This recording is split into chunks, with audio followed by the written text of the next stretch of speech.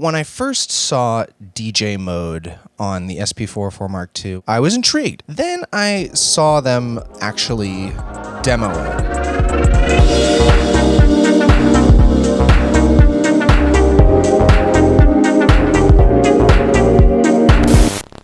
So first off, I want to thank all my new subscribers. Thank you so much for subscribing to my budding YouTube channel. Okay, it's only 150. Not a lot, but to me, it feels like a lot. So for everyone that watches and does all that stuff, thank you so much. Really appreciate it. Another week, another video about the SP-404 MK2. It's not only that my stats are telling me that people are obviously interested in this thing, but because of what it can do. It has so many different functions. I talked about in my last video, all the different things that it can do. You'll probably find a way to use it if you're a musician who likes to use technology in cool, creative ways. It can also do DJ mode, which I'm really getting into now. And I just discovered a new trick that I really want to show you that I think really elevates DJ mode and takes it from this sort of like gimmicky thing that was like really close to something that is actually pretty legit and that I'm really enjoying using and having a lot of fun doing, and I really want to actually play out with it. I don't really want this channel to be a tutorial channel. Don't get me wrong, I love teaching people stuff, I really do, but there's a lot of people already covering the tutorial SP-404 world. I'm only showing this because I haven't seen it anywhere else on the internet. I haven't seen every SP video on YouTube, sorry, but I have seen a lot, and I think that nobody's quite doing DJ mode like this. If you use it this way, it's way more like professional style than just using it how it's supposed to be used right out of the box. Like if you have to use it this one particular way, and if you do, you'll be able to do most of what you can do on a regular mixer deck situation. When I first saw DJ mode on the SP-404 MK2 when they were demoing it, I was intrigued. I was like, oh, this is just another really cool feature of this, you know, multi-use device. Then I saw them actually demo it, and I was maybe a little disappointed. There were things about it that seemed like it was really close. Like, yes, you have a lot of the features of a whole DJ situation, but it was missing one key thing, and that is the EQ knobs for each channel that enable you to cut in and out the different frequencies. Say you need to switch the bass from one song to another. That's what most DJs, you know, are doing for the most part, is they're slowly EQing out those different parts and switching them over. And with the SP-404 MK2 DJ mode, it didn't seem like there was any way to do that, but there is. This little trick that I discovered using the effects, using the latest firmware, I gotta include that is important. If you want to see some of the other videos that explain DJ mode a lot more in depth than I'm going to go, I'm gonna link that in the description. I'm gonna show you my little trick, my cheat codes. I'm gonna demonstrate this on my lap because look at how convenient it is. First, you press the two bank buttons here to bring up DJ mode. Now, you have to, in advance, prepare this stuff. I have this whole set pre-planned here of all these tracks that I loaded in. Doing it connected to my Mac made it really easy, so I suggest doing it that way. Now, you'll notice underneath, maybe, it says bus 1 and bus 2.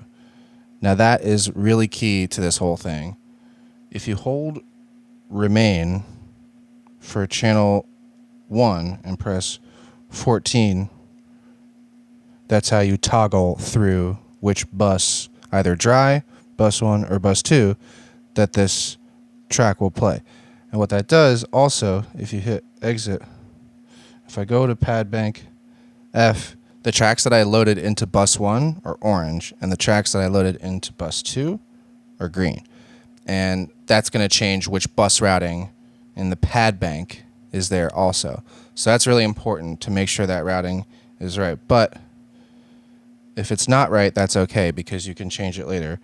Hold remain and hit 14 to toggle through it for channel 1, and hold remain and hit 16 for channel 2. That's one little really important trick. So now what I'm going to do, I'm going to turn the volume up on my first track here, and I'm going to hit play. And so in my headphones, which you can't hear, I'm going to cue up the other track. I hit the cue button here, like the headphone cue, not the like cue where you do that. It doesn't have a cue button quite like that.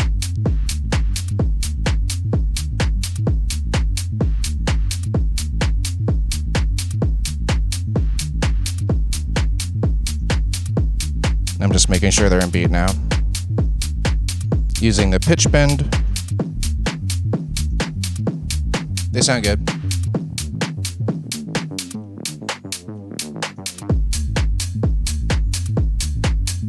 Alright, I'm pausing it, bringing it back.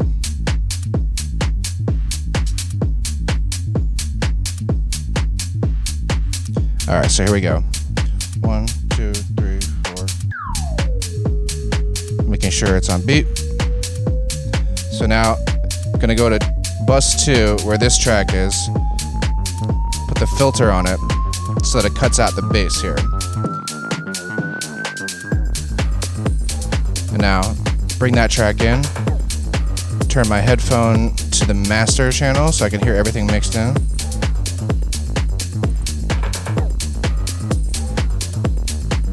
Now go back to bus 1 where my first track is. And just to switch it up, I'll use the isolator.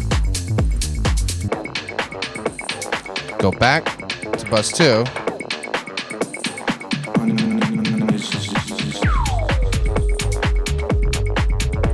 And now that second track is in.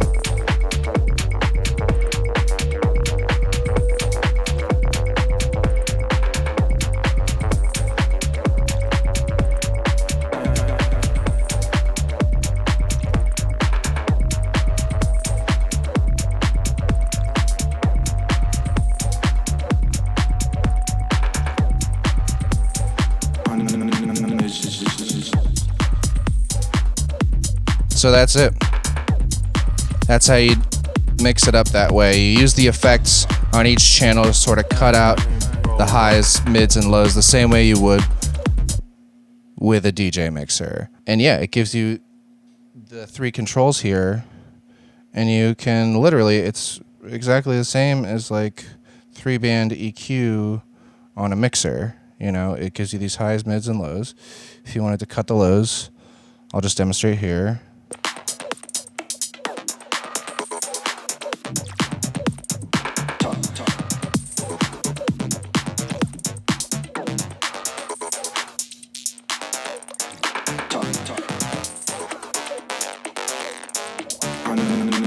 So really you could just hit isolator and then kind of start messing with it the same way you would with a mixer like this.